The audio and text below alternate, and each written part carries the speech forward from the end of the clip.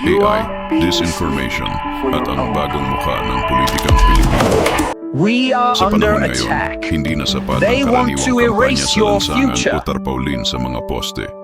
Ang laban ng politika ay lumipat na sa mas tahimik ngunit mas mapanganib na larangan, ang digital space.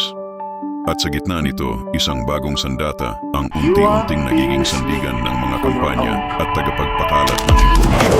We are Umaling under impormasyon, attack. ang artificial They na want to intelihensya erase your o future. AI. Isang ordinaryong netizen si Lisa, 25 anyos, aktibong gumagamit ng social media.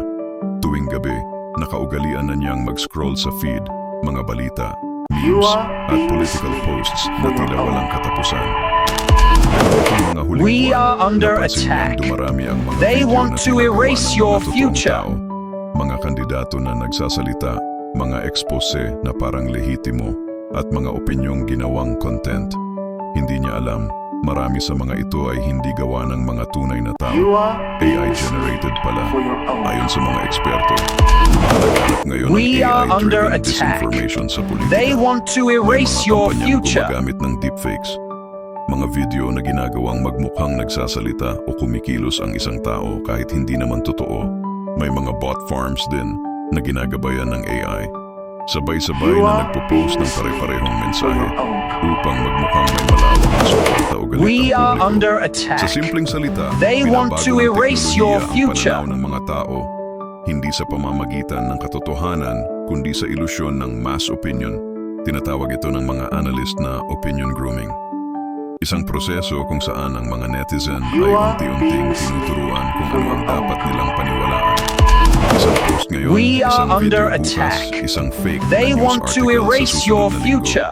hanggang sa mabuo ang isang baluktot na narrative. At dahil marami ang umaasa sa social media para sa balita, mabilis itong kumakalat. Ang dating simpleng diskusyon, nagiging matinding hidwaan.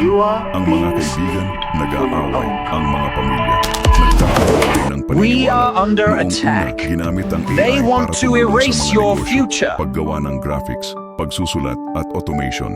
Ngayon, ginagamit din ito ng ilang political strategist para bumuo ng mga targeted narratives.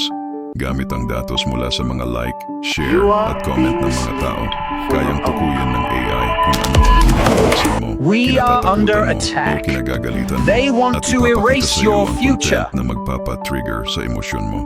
Ito ang dahilan kung bakit tila laging may nakaka-relate na post sa feed mo, dahil ikaw mismo ang target.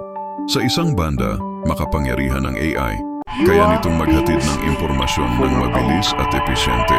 Pero sa kabilang banda, We are kapag under ginamit sa maling attack. paraan, They nagiging want to sandata ito ng erase your panlilinlang. future. Ang resulta, bumababa ang tiwala ng publiko sa mga institusyon, sa media, at sa mismong katotohanan. Si Liza, na dating walang pakialam sa politika, ngayon ay nagtataka. Alin nga ba ang totoo?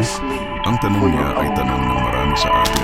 Sa panahon ng AI We are disinformation, under attack. hindi sapat ang magbasa. They want to Kailangan erase nating your magduda, future. magsuri, at maging mapanuri.